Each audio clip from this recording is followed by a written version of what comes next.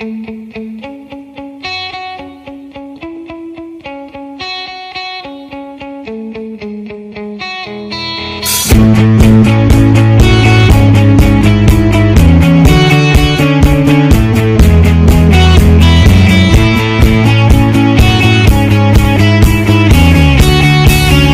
ako ng modeling.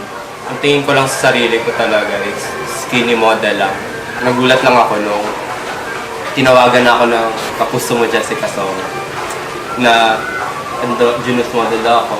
Kasi, ang nangyari pala nun, yung segment producer nila, nung KMJS, nagsisearch silang androgynous model. Tapos kinontak nila yung mga agency, mga agents.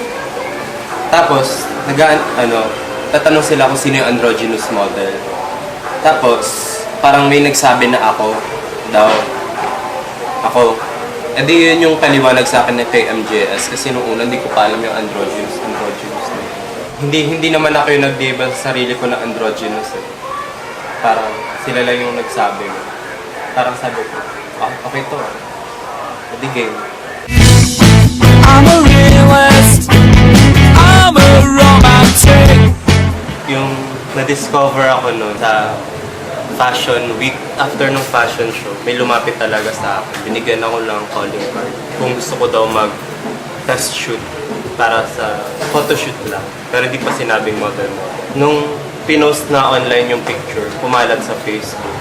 Tapos, pa-shoot ko na agad sila BJ Pascual, sila Andy Kapinpin. Si Andy Kapinpin pala yung nag-discover sa akin. I'm an indecisive. 4 na taon akong freelance.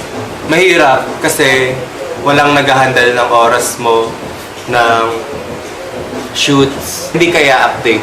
Tapos yung na-featured nga ako sa KMJS. May nag-contact sa akin sa Facebook na, hey, pwede ka bang pumunta sa ganito? Parang go-see siya pero agency.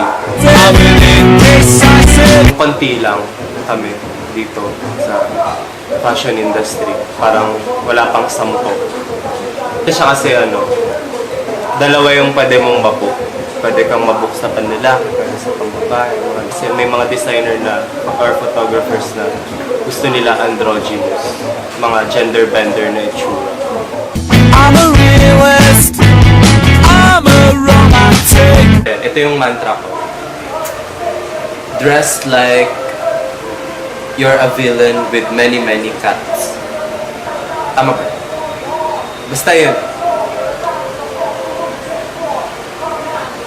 Ikaw na.